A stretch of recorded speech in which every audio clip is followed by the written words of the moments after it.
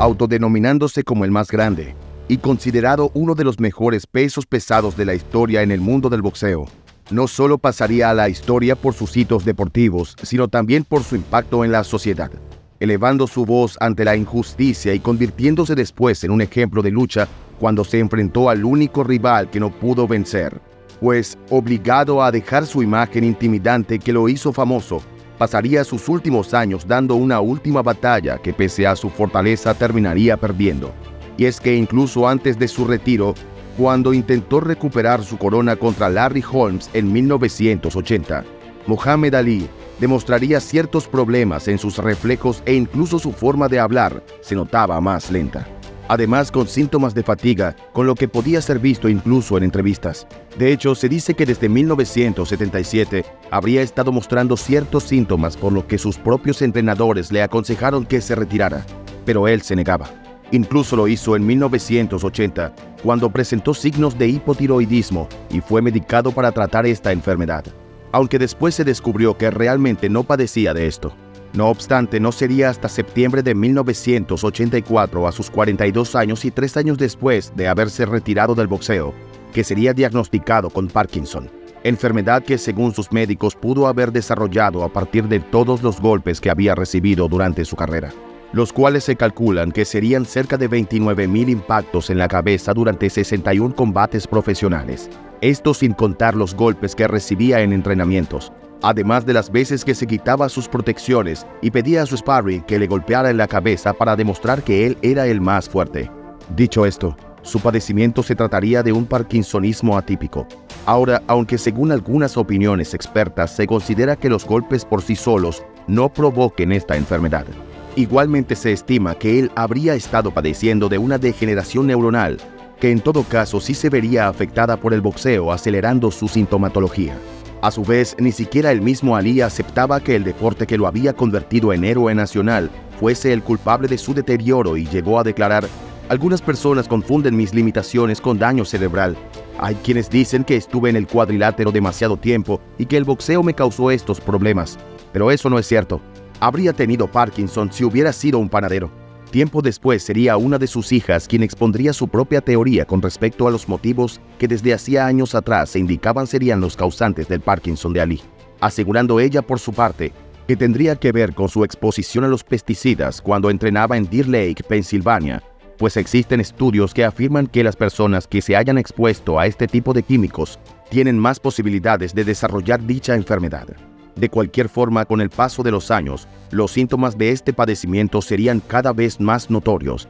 y fue gracias a la ayuda de su cuarta y última esposa, Lonnie, que pudo sobrellevar el padecimiento públicamente, pues esta no solo lo animó a servir de ejemplo a quienes sufren la enfermedad, sino que también lo asistía constantemente, pues ya el ex campeón ni siquiera era capaz de atarse los zapatos sin ayuda. Ella sería su acompañante a eventos y presentaciones, demostrando que la enfermedad no lo restringía de continuar con su vida activa, pues a su vez se mantuvo al día con las labores de sus organizaciones, defendiendo diferentes causas sociales y asistiendo a colectas de beneficencia, además de homenajes a personalidades deportivas. Inclusive en 1990, antes de la Guerra del Golfo, Ali viajó a Irak para entrevistarse con el entonces presidente Saddam Hussein, para negociar la liberación de rehenes, pues tal era la importancia que generaba su figura en los países musulmanes, que increíblemente consiguió que fueran liberados 15 hombres que volvieron bajo su custodia. Y otro de los momentos más recordados en dichos años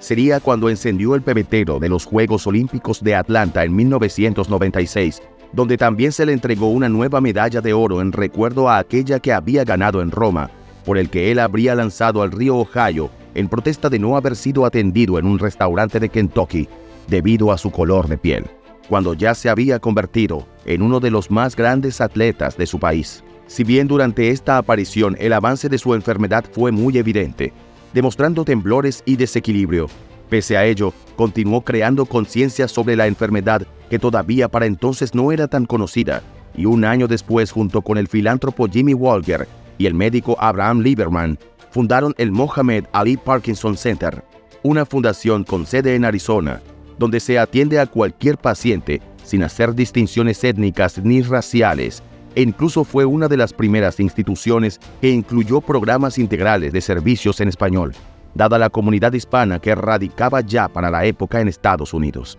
Gracias a acciones como esta, en 1998 fue designado mensajero de la paz por parte de las Naciones Unidas, que le reconocieron como un importante agente humanitario en el mundo en desarrollo. Muchos otros honores se sumarían a la lista los siguientes años, como lo fue su llegada al Salón de la Fama del Boxeo Mundial y el ser escogido como el mejor deportista del siglo XX en deportes de combate por el Comité Olímpico Internacional, además de su coronación como el rey del boxeo por el Consejo Mundial de Boxeo en el 2012, siendo este el homenaje más grande hecho a un boxeador en vida. Sin embargo, la realidad detrás de todas estas apariciones es que se trataba de la batalla pública que el mismo Ali está demostrando ganar frente a su más grande rival, el Parkinson. Ese que en privado seguía deteriorando progresivamente su salud, pero él demostró durante años ser más fuerte, no dejando que esto dominara su ánimo, incluso llegando a reconocer: Dios me dio esta enfermedad para demostrarme que soy un hombre frágil como cualquiera. Una fragilidad que lo llevaría a estar hospitalizado en el 2014 por un cuadro de neumonía, del cual se recuperó en un par de días, aunque regresaría casi un mes después por una infección en el tracto urinario. Afecciones que fueron debilitando su ya débil estado físico, que sería evidente aquel 2016, en el que durante el mes de abril fue visto usando lentes y sentado encorvado en su cena anual en Phoenix, en la que se recaudaron fondos para la lucha contra el Parkinson y de la que se retiraría sin dar declaraciones, aunque desde hacía años atrás que ya no hablaba públicamente. Esa sería su última aparición, apenas meses antes de que fuera ingresado al Centro Médico Osborne Honor Health de Scottsdale, en Arizona, cerca de su hogar de Paradise Valley. Esto después de que comenzara a presentar problemas respiratorios. Su esposa creyó que se trataba de un resfriado y solo lo llevó para que le realizaran exámenes, pero al día siguiente sería transferido a la unidad de terapia intensiva y conectado a un respirador artificial. Sus 9 hijos, acompañados por muchos de sus nietos, se acercarían al centro médico y todo comenzaba a apuntar que el final estaba cerca. Incluso Said Shakir, imán o persona que dirige las plegarias musulmanas, también haría acto de presencia y se posicionaría al lado de Ali justo antes de que éste fuese desconectado del respirador, pues médicamente ya no habría nada más que hacer por él. Si bien comenzaría a respirar por sus propios medios, su respiración se reducía lentamente con el paso de los minutos y Shakir comenzaría a hacer sus oraciones en voz alta, a la que se unirían sus familiares. Mohamed Ali, esto es lo que significa: Dios hay uno solo. Dilo, repítelo. Has inspirado a muchos. El paraíso te espera. Serían sus últimas palabras para el campeón, justo antes de que un médico entrara y verificara sus latidos, confirmando que pasados 35 minutos de haber sido desconectado, tras una lucha incansable contra las consecuencias del Parkinson, Mohamed Ali, de 74 años, el 3 veces campeón mundial de peso pesado, perdería la vida a causa de un shock séptico el 3 de junio de 2006. Aunque circuló la información de que había fallecido por una falla respiratoria, después esta información fue rectificada, pues habría sido producto de un choque séptico provocado presuntamente por causas naturales no especificadas, pero ya se sabría sobre sus afecciones previas, las cuales habrían sido consecuencia del Parkinson. Para ese momento, ya había directores funerarios en el centro médico y detectives de homicidio que le brindarían seguridad a la familia de Ali, además de evitar cualquier intrusión a su habitación que pueda exponer su imagen final, pues para este momento, un programa sensacionalista de televisión había ofrecido un botín de $200,000 por las primeras fotografías de este en su lecho final. Debido a este protocolo, el cual indicaba que los agentes de seguridad debían permanecer 45 minutos más resguardando su cadáver antes de que fuese trasladado, ocurriría una confusión al momento de su traslado a la funeraria, pues pasado este tiempo los directores y encargados del velatorio no aparecerían. Esto debido a que Ali ingresó bajo un alias al centro médico, lo que causó que estuvieran a la espera de otra persona que no había fallecido todavía, creyendo que se trataba de él, por lo que no fue hasta varios minutos después que les informarían sobre el fallecimiento de Mohamed Ali en otra habitación. Una vez superado este episodio, se daría inicio a todo el protocolo ligado a su funeral, el cual habría sido planificado hasta con años de antelación, entre su esposa Lonnie, representantes de su comunidad islámica y el mismo Ali, quien pese a desear ser enterrado en el Yankee Stadium, con un ataúd abierto y rodeado de una multitud de personas, terminó cediendo a un evento más discreto que cumpliera con las tradiciones del Islam. Su cuerpo abordaría un avión que lo llevaría a Louisville, su ciudad natal, donde el alcalde Greg Fisher realizó una ceremonia en su honor y ordenó que las banderas estadounidenses ondearan a media asta en todos los edificios gubernamentales de la ciudad hasta que Ali fuera enterrado. Y previo a su llegada, vecinos de la localidad comenzarían a acercarse al Museo y Centro Cultural de Muhammad Ali, que fue abierto en el 2005, donde dejaron flores, poemas, globos y hasta peluches para rendir homenaje a su héroe local. Aunque no sería hasta una semana después de conocer su fallecimiento que se celebraría su funeral, debido a la ardua organización que existió a su alrededor. Se trató al inicio de una ceremonia musulmana que se celebró en el Freedom Hall, el mismo lugar donde con su nombre de nacimiento, Cassius Clay, habría luchado en 1961 por última vez en su ciudad natal. Incluso desde días antes, tal fue la preparación para el multitudinario evento que también reuniría a varias celebridades, que a pesar de que las entradas del homenaje público eran gratuitas, algunos de los que consiguieron varias de estos boletos comenzarían a revenderlos hasta por $100, lo que causó la indignación de la familia de Ali. Aún así, el resto marcharía según lo esperado y después de celebrarse su despedida según el rito islámico. Al día siguiente, una procesión fúnebre atravesó la avenida de Louisville, que se encontraba rodeada incluso de extranjeros que viajaron solo para participar de la caravana, incluyendo africanos, asiáticos y musulmanes. Esta pasaría frente al museo construido en su honor por el bulevar que lleva su nombre y por el barrio donde creció, hasta culminar en el cementerio de Cave Hill, donde fueron quemados sus restos. Entre los portadores del féretro se encontraban el actor Will Smith y los ex campeones mundiales de boxeo Lennon Lewis y Mike Tyson, a quienes el mismo Ali habría escogido para esta acción, aunque dicho entierro ocurriría en privado. Pese a ello, algunos de los presentes aseguraron que más allá de las plegarias y todas las palabras en honor a Ali, uno de los momentos que marcaría la ceremonia privada sería cuando un extraño pájaro se posó sobre su ataúd justo antes de ser sepultado, llegando incluso a hacer un chirrido que asemejaba al llanto de un hombre adulto, como si intentara enviar un mensaje.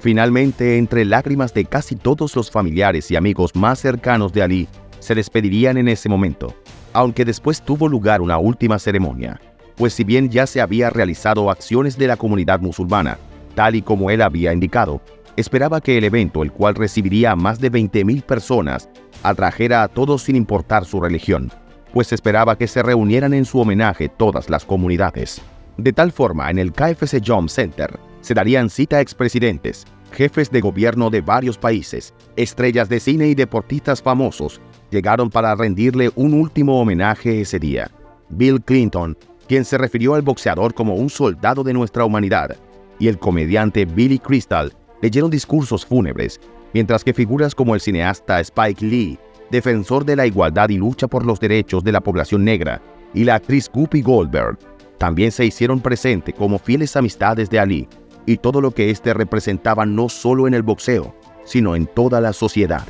Es por esto que su partida no solo marcaría a sus más cercanos, sino a todo aquel que alrededor del mundo se vio impactado por su mensaje y sus logros sociales, siendo esta la razón principal por la que vale la pena conocer un poco más sobre todo su recorrido y esos momentos de su vida que lo llevarían a convertirse en una figura histórica, no solo del deporte, sino de la humanidad. Originario de Louisville, Kentucky, Cassius Marcellus Clay nació el 17 de enero de 1942 en una familia negra de clase media, con un padre que pintaba retratos y representaciones religiosas para las clases privilegiadas blancas, en una época donde en los Estados Unidos se segregaba a las razas, marginando a los afroamericanos. Pese a ello, Cassius se abriría paso desde muy pequeño en el boxeo, aunque de manera circunstancial. Esto después de que a sus 12 años le robaran su bicicleta, y cuando fue a denunciar el robo a la policía, en su frustración amenazaba con golpear al culpable,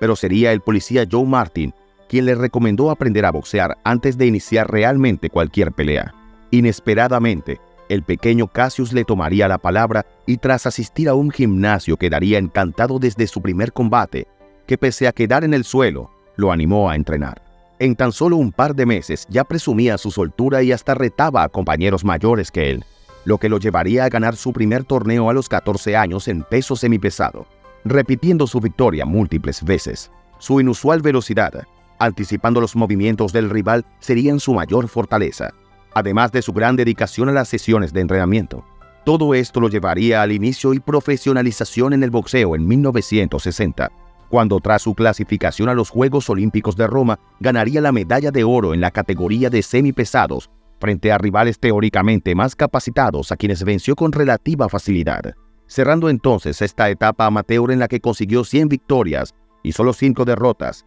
abriendo su etapa como estrella, sumando hasta 5 victorias consecutivas por nocaut, lo que lo prepararía para su siguiente gran éxito, el cual llegaría en 1964, cuando contra todo pronóstico dejó nocaut a Sonny Liston y le arrebató el título mundial de los pesos pesados, la máxima categoría del boxeo. Una victoria que sería presenciada por Malcolm X, el líder político de los Black Muslims y fiel defensor de las libertades civiles de los afroamericanos. De hecho, Cassius, apenas terminado el combate, se reunió con este, quien en tan solo una noche lo convencería de abrazar la fe musulmana, cambiando desde ese día su nombre a Muhammad Ali. Un cambio en su vida que provocaría su divorcio con Sonji Ryo, después de solo 2 años de casados, debido a que ella no aceptaba los preceptos del Islam. Ahora, a su vez, este cambio en 1967 sería su principal motivo para rehusarse a combatir en la guerra de Vietnam, cuando fue llamado a prestar el servicio,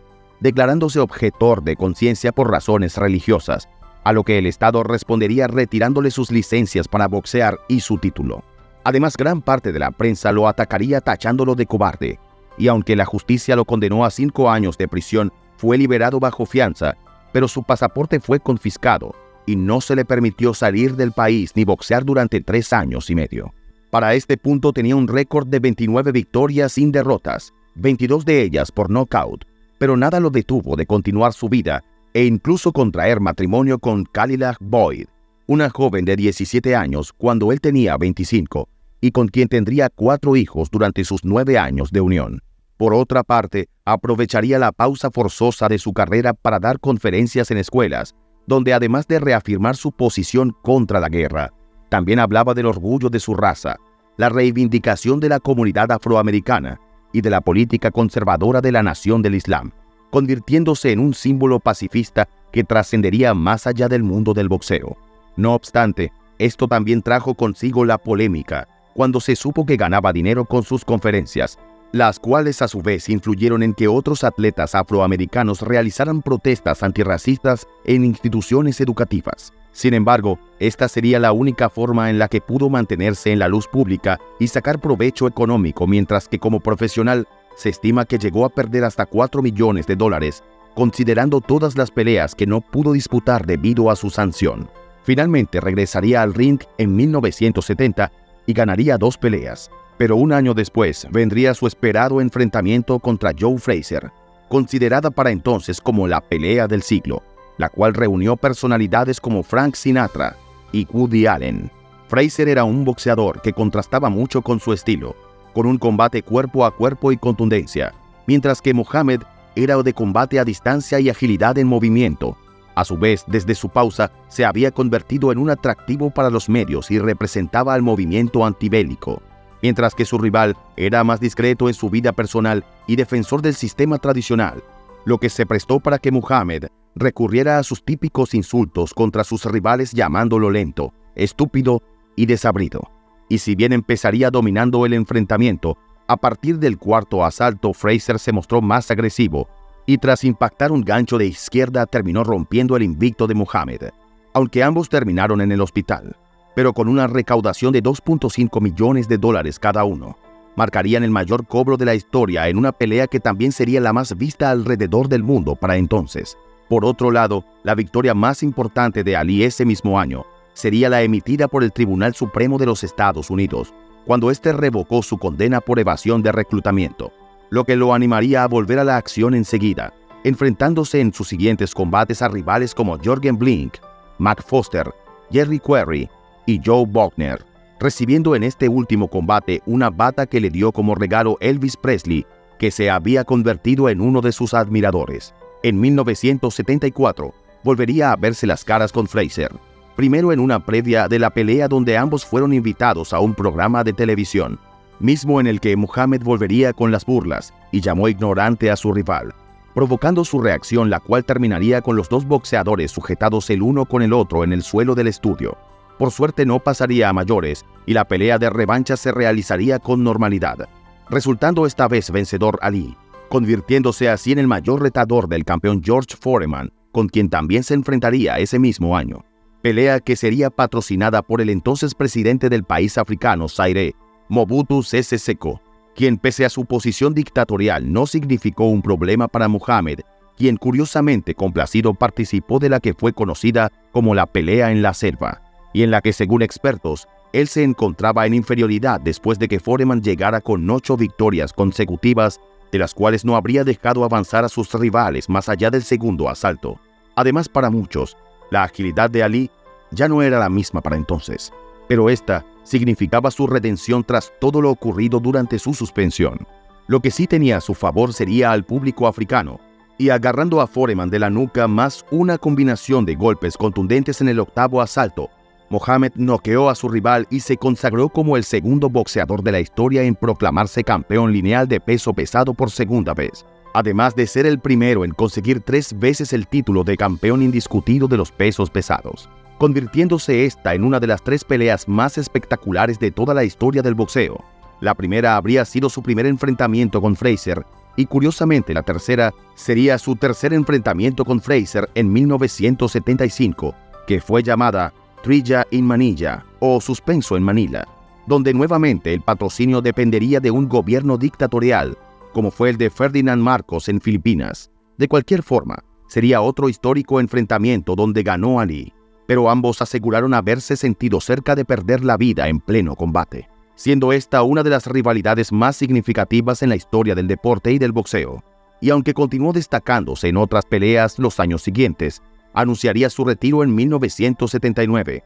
porque quería despedirse como campeón. Pero para sorpresa de todos, volvería al año siguiente para retar a Larry Holmes en el campeonato mundial, rumoreándose que esto sería debido a que pese a su éxito para entonces, ya había perdido gran parte de su patrimonio en malas inversiones y estafas de varios de sus allegados, quienes se aprovecharon de su fama. Fuese este o no el motivo, Ali perdería el título mundial de pesos pesados y además demostraría estar totalmente fuera de ritmo, muy lejos de su mejor época. Sin embargo, su último combate sería el 11 de diciembre de 1981 en el Nassau, perdiendo contra Trevor Berbick, quien cerraría la pelea asegurándole a Muhammad que él era su mayor inspiración. Así, este cerraría una carrera que terminó con 56 victorias, 37 de ellas por nocaut y 19 por decisión, mientras que acumuló solo 5 derrotas. Lo que nadie sabe es que en privado desde 1980, el ex campeón había comenzado a experimentar los primeros síntomas de la enfermedad de Parkinson,